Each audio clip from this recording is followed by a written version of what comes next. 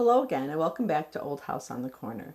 Today we'll be sharing with you our last day in Edinburgh and our final video from our 2-week Scotland road trip.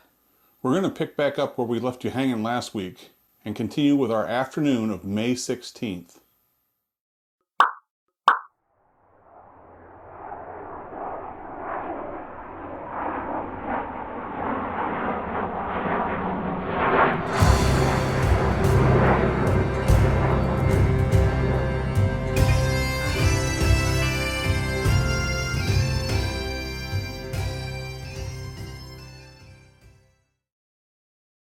If you recall from our last video, Dale had walked down Ladies' Stairs Close to see the Writers' Museum building while I was in a gift shop, but we were waiting to begin our scheduled tour of Gladstone's land, located here.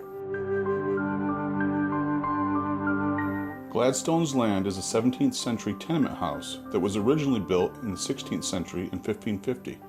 It is one of the oldest buildings on Edinburgh's Royal Mile and represents multiple snapshots in the history and life here in Edinburgh's Old Town.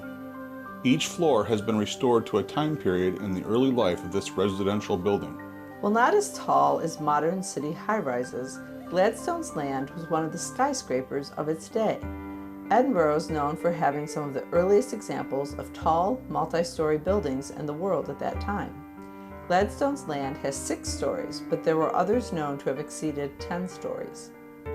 We checked in for our tour and were asked to wait in the cafe until the time slot was ready. On the wall was this recipe for homemade ice cream, taken from a book published in 1678. This bottom floor where the cafe is would have been a merchant shop, and there are no stairs from here to the next floor. So when our tour began, we entered the upper floors of the residence area by the stairs you saw out front at the west side of the building. Our tour would start all the way at the top floor, or at least the top floor open to the public. We didn't go to the attic floor.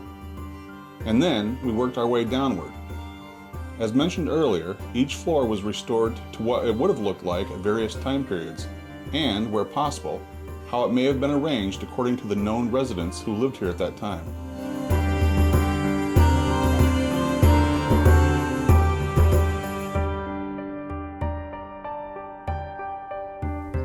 This room was set up, if I remember right, as a couple men living in the top floor room. Yeah, I think I read that there was 2 lawyers that stayed there at one point. They were boarders in the house. And at this time, there was a widow that ran it, I believe. The boarding house, you mean? Yeah. Yeah. One of the interesting things was on several of the floors, as they were restoring this building, they took plaster off the ceiling that had been there for who knows how long. And underneath the plaster, they discovered painted ceilings from the 1600s. You'll notice some of the shots here with the painted ceilings as we go.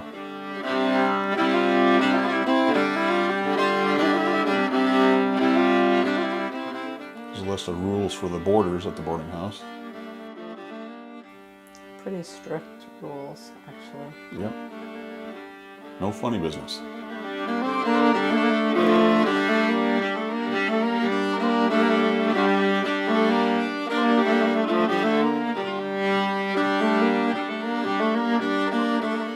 This was a merchant shop, which would have been one of the people that owned the building. They ran a textile dress shop. Yep. Haberdashery, that kind of stuff. Ladies' goods. And it would have been down in the shop floor at ground level. They just made this up to look like what it would have been. And I can't remember, but I feel like the tour guide talked about how they ended up barely making it. Yeah. It wasn't a lucrative business.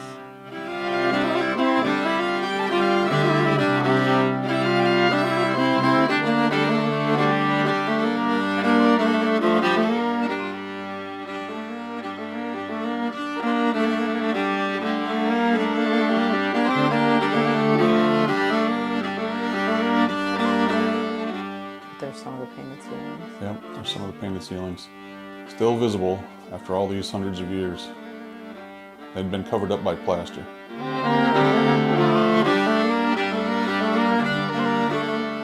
From memory, there was more than one merchant and merchant family that lived in this building at different times.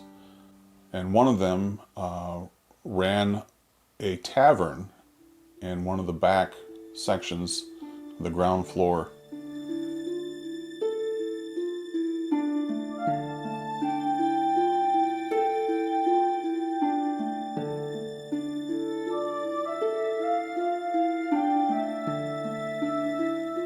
And there would have been people of all different classes living here, both poor and rich. And it was interesting to find out that in those times, the well-to-do people lived in the middle floors of a building, and they would have had poorer people below them and above them.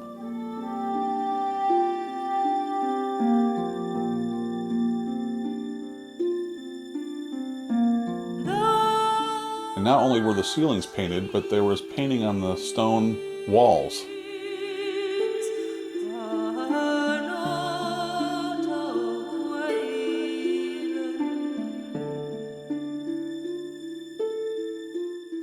This was set up as one of the more well-to-do people's living areas.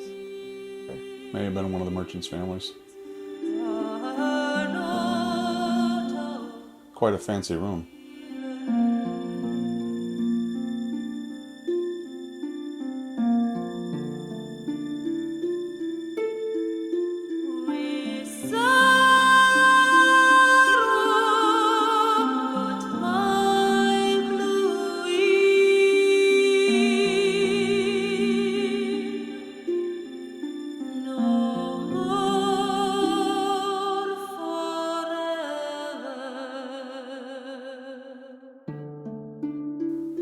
All the intricate details on the furniture and stuff and that this furniture is still standing today. Yeah.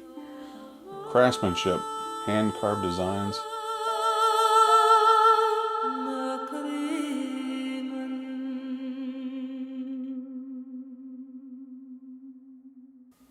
This was a servant's area. Yeah, this was a servant's area towards the back of the building. And obviously not a fancy bed, more of a bed tick, probably stuffed with straw. And then laying on the floor instead of a bed frame.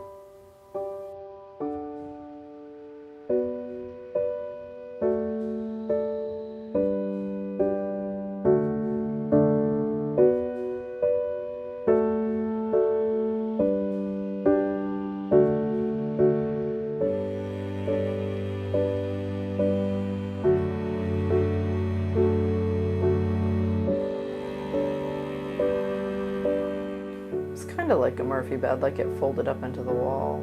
Yeah.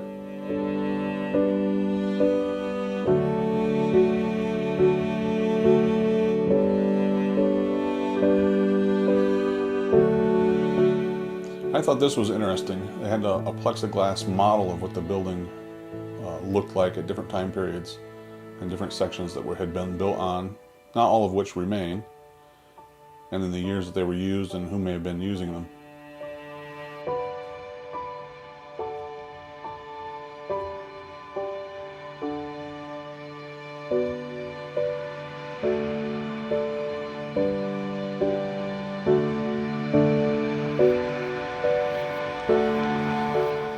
There's the alleyway that I walked down. This was a picture that was taken in the late 1800s, early 1900s. Of the building. And a sketch of what it may have looked like in the 1600s or early 1700s. And in the 1800s.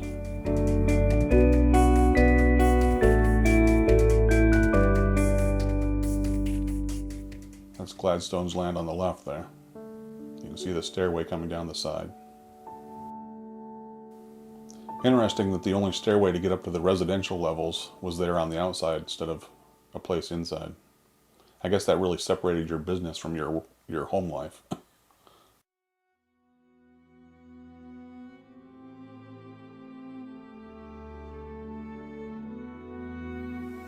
After our visit to Gladstone's land, we headed down the Royal Mile for a little bit to St. Giles Cathedral, where we finally took a tour inside. You may have wondered when we were going to get to see the inside after looking at the outside, but it was here on our last day. To be honest, I had a free guided tour already booked to go inside St. Giles, But not long before it was to take place, I got a message on my phone saying that it had been canceled because there was a last-minute event during which St. Giles was not open to visitors. So that's why we spent our morning touring around Edinburgh and exploring in other places we hadn't been to yet. Now, however, we were able to come back on this afternoon and see the inside of St. Giles on our last day in Scotland. St. Giles was once a Catholic place of worship until the Scottish Reformation, where it then became a Protestant church. St. Giles is over 900 years old. That's a long time for a church to be standing. One of the ministers who served here was John Knox. He was very influential in the foundation of the Church of Scotland, a Presbyterian denomination. As a result, St. Giles is often referred to as the mother church of Presbyterianism in the world. It is also called the Kirk with a capital K. Over its 900 plus years of existence so far, St. Giles has had a number of modifications and additions to the original building. Within its walls is a lot of history, from events that have taken place here to memorials of former church members or other important Scottish figures, plaques honoring military units, flags, religious symbols, and furniture, a copy of the National Covenant, and much more, including many beautiful stained glass windows.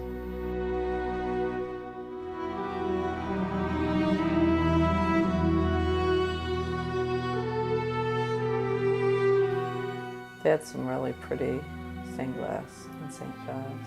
Yeah. As we take our self-guided tour today, we'll be making our way down the right or south side of the church, and eventually making our way to the Thistle Chapel, a chapel used specifically by the ancient and noble order of the Thistle, a group of 16 knights, ladies, and a few select guests, along with the reigning sovereign. After a visit there, we'll cross the church to the north side and make our way back down towards the exit.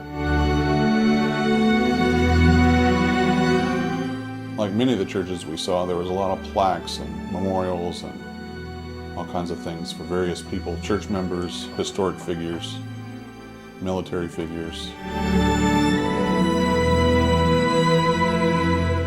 And the stained glass was both Bible stories as well as military scenes, scenes of royal individuals. It's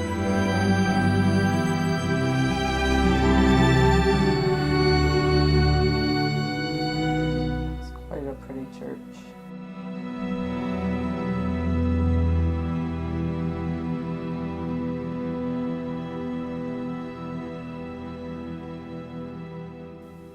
It's amazing how they could make these ceilings with no machinery or anything that we have in modern times.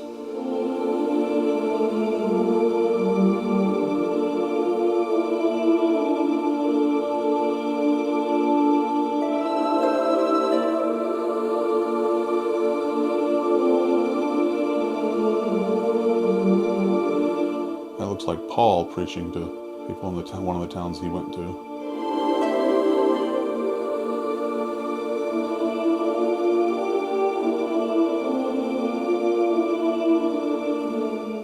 And they had more than one pipe organ. This was, I think, the largest one.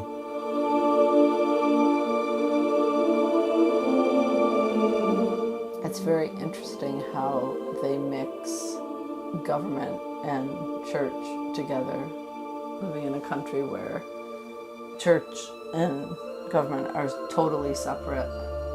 Yeah. It's different to see it all mixed together.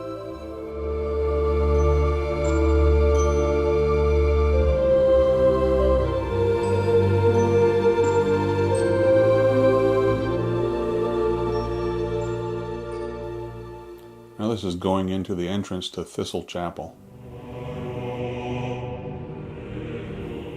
And this is even more intricate. Carved wood and stone.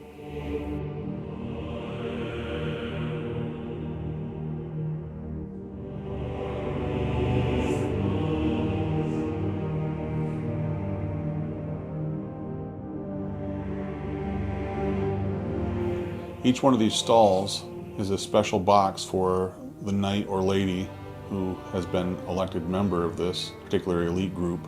And you'll see their coat of arms and other things that signify their family or clan.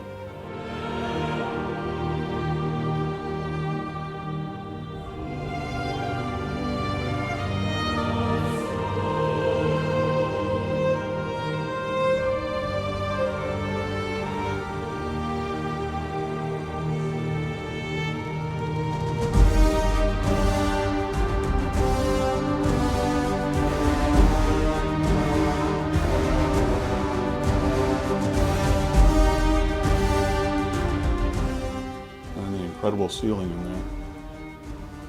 I really like their fancy ceilings. Yeah. Every building.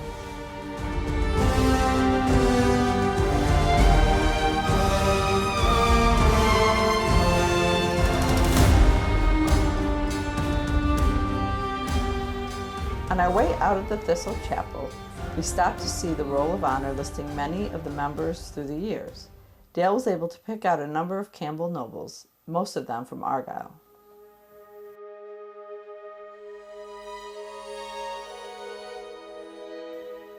Among them, I saw the following. John Campbell, the 2nd Duke of Argyll. He was a British Army officer and politician who at one time served as the commander of all British forces in Scotland. He was also the guy who commissioned Inverary Castle to be built. Another John Campbell, this one being the 5th Duke of Argyll, was a Scottish soldier and nobleman.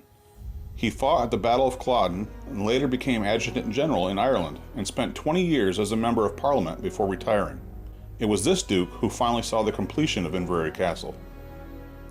George Campbell, the 8th Duke of Argyll, was a Scottish peer and politician. He helped to popularize ornithology, or the study of birds, and hoped that it would make progress towards the invention of flying machines. He also wrote extensively on topics varying from science and theology to economy and politics. There was also Hugh Campbell, 3rd Earl of Loudoun, a Scottish landowner, peer, and statesman. Loudoun was the last Secretary of State for the Kingdom of Scotland. He supported the union with England, which eventually formed the United Kingdom, and was Lord Keeper of the Great Seal of Scotland between 1708 and 1713.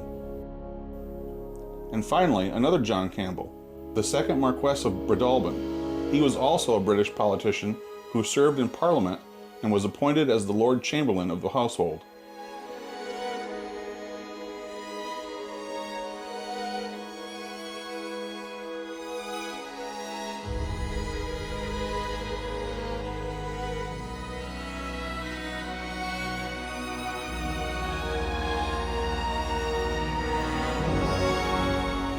This stained glass window was erected in memory of Archibald Campbell, the son of George Campbell, the 8th Duke of Argyll, who we just saw.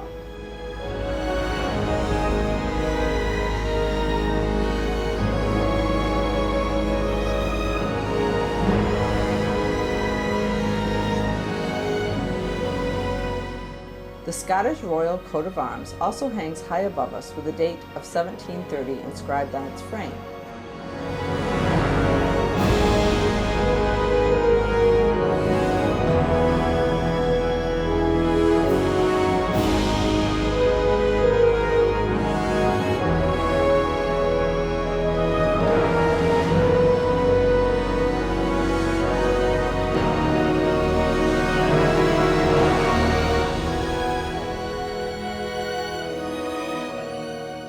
The College of Surgeons of Edinburgh was founded in 1505, and their first examinations were held here at St. Giles.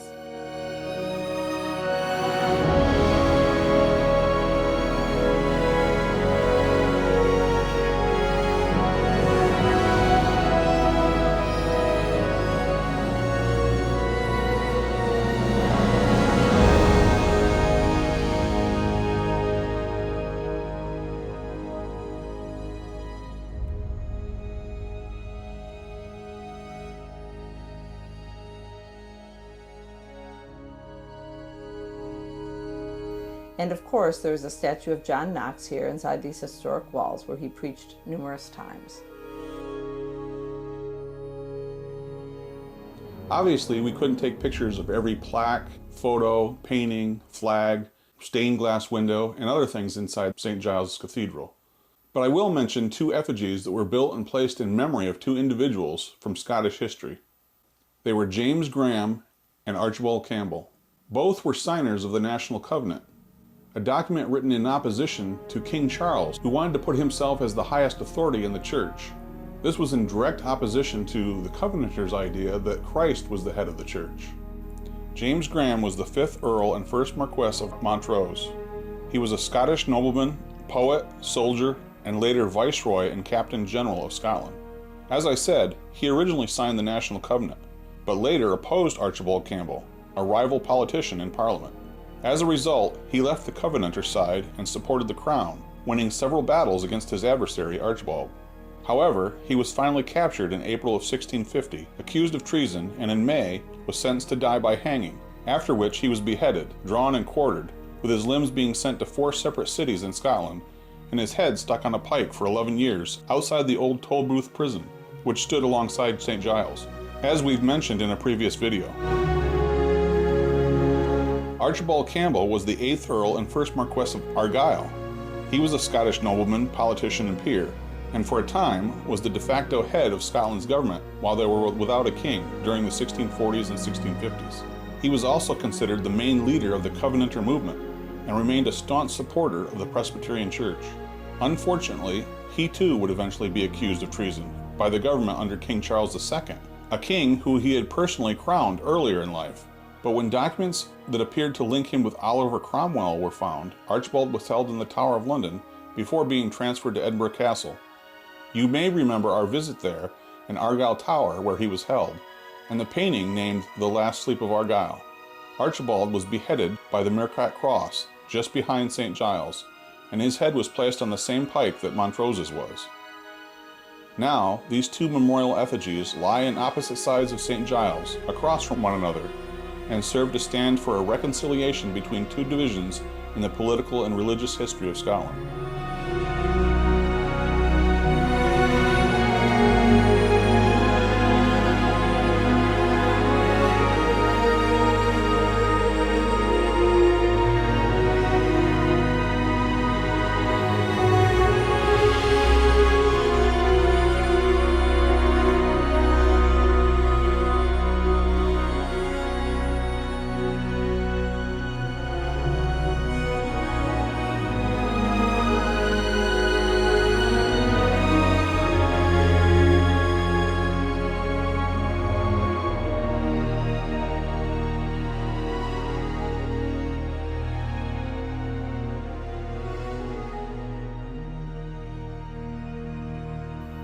Leaving St. Giles, we would head down the Royal Mile once more to another church you've seen in a previous video, the Canongate Kirk.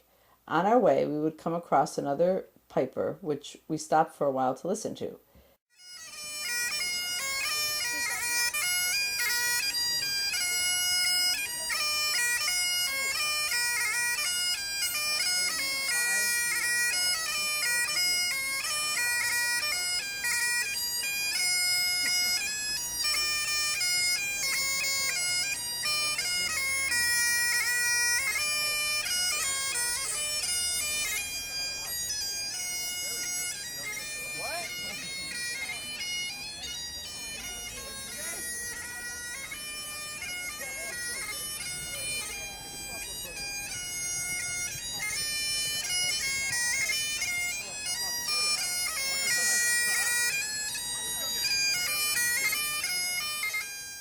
Then, as we passed Blackfriars Street, Dale again snapped a few random photos.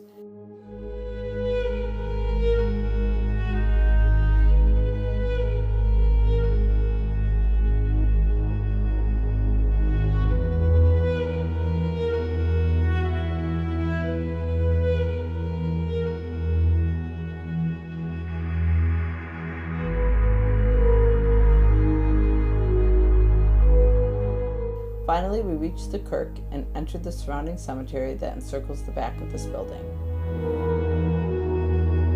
Like most cemeteries in Edinburgh, there are a few people of historic note buried here. Among them are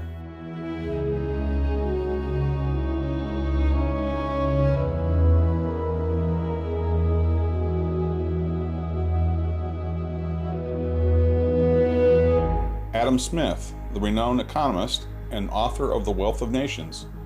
You may recall that we saw his statue on the first evening in Edinburgh, as it stands to the west of St. Giles. Robert Fergusson, a celebrated Scottish poet and inspiration to another, the famous Robert Burns. Fergusson unfortunately died at the age of 24 in 1774 as an unwilling patient in the miserable Bedlam Asylum following a head injury and declining mental health. His statue stands out in front of this kirk. David Rizzio, a one-time private secretary of Mary Queen of Scots. He was murdered in her presence by members of her court in 1566. Bishop James Ramsay, a Royal Navy ship's surgeon and later clergyman. He was a leading abolitionist in Great Britain and an acquaintance to William Wilberforce.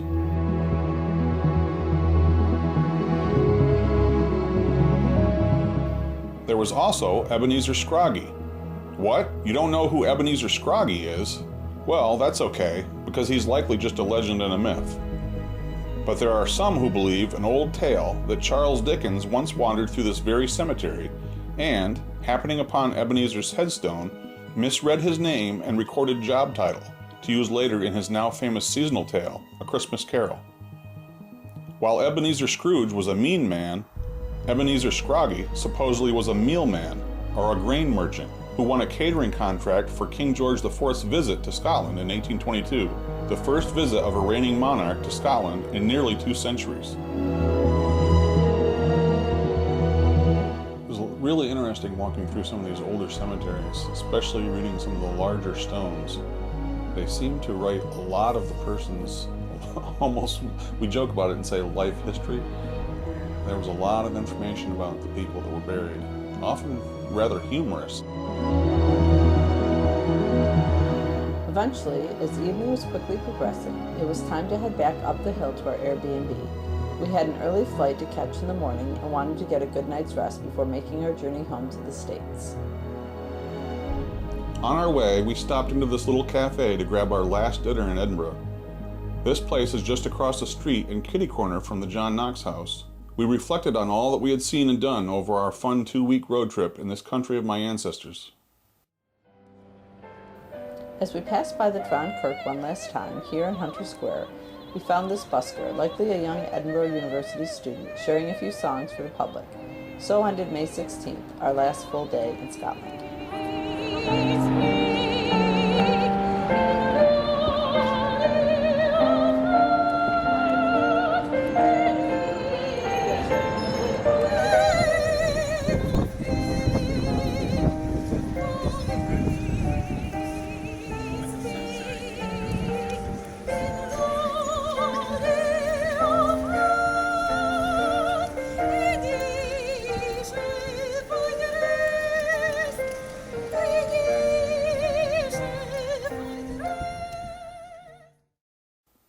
Bright and early the next morning, we were up, packed, and waiting on the high street for our pre-booked taxi that would take us back to the airport. It had been a great 2 weeks, and we had covered a lot of miles. After making it through security, baggage check, and boarding our plane a couple hours later, we were only minutes away from lifting off and leaving bonny Scotland behind us.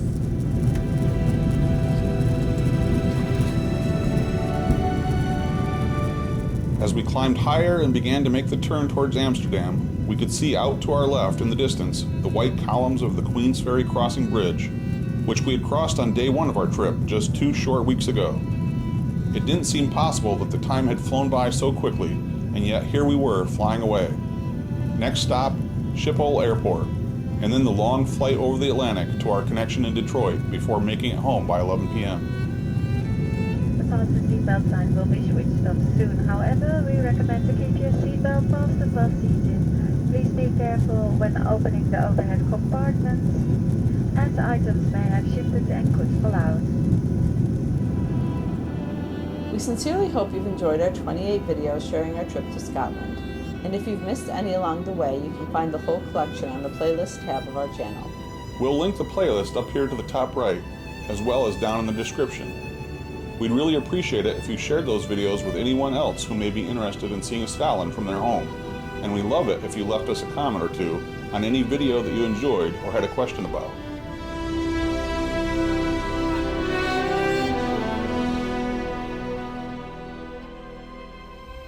As always, if you're not already, please subscribe to our channel by clicking the subscribe button and also the bell for notifications so you'll know when we post new videos. We'll soon be back with another video of our life here in rural New York.